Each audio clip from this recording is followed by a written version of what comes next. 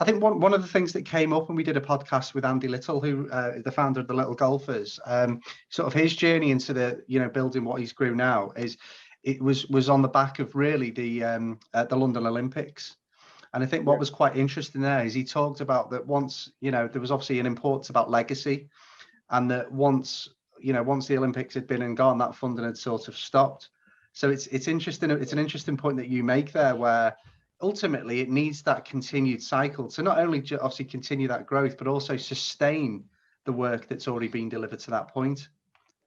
Yeah, and that's the key. I mean, without saying it too crassly, I mean, what does the general golfer care about a guy with a disability in the community? Because he's not going to generate much funds into their golf club. So from a pure business perspective, what funds does disabled golf, who are never going to join, some of the guys we teach will never join a golf club.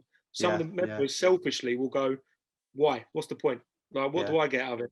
Whereas they don't look at, we flip it around, we look at the good it brings. So every disabled person will have a network of a family and friends that will then also come to the golf club. They'll eat food, they'll buy drinks, they'll have lessons, they may get into golf, they may join in long term as well. So there's a network bigger just working in that community there as well.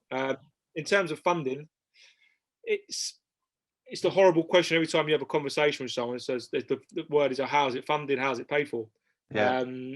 We shouldn't be still having this question now, but unfortunately we always do, because there's this, we keep, the big thing at the minute is equality and diversity, inclusion, all these words keep being bandied around.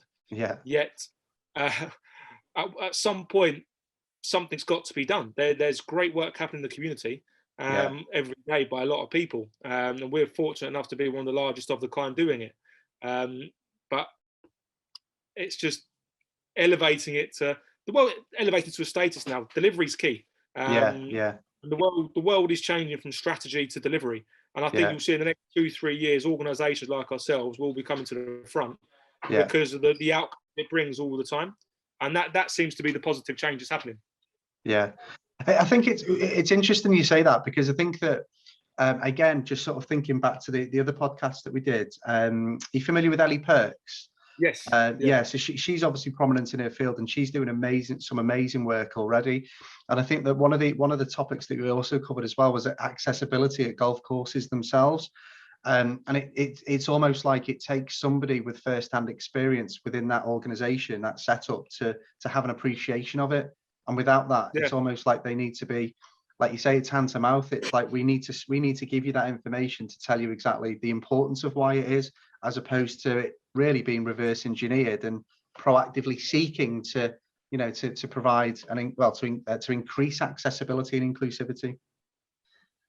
Well, it's weird. So we're in an industry where we've got, say, I don't know if golf clubs are in England, is it 600, 700 in the UK or something?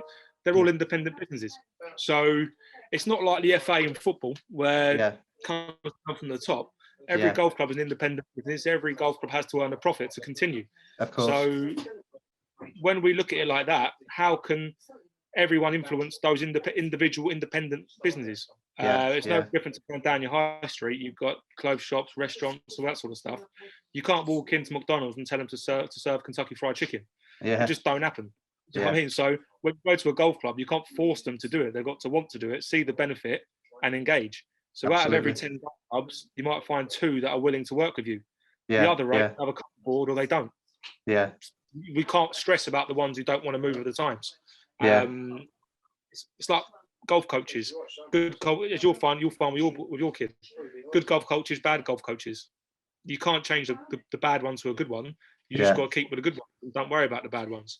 And that's the only way we're going to grow, is focus more on those hubs and make those hubs to be highlighted. Say this is the model.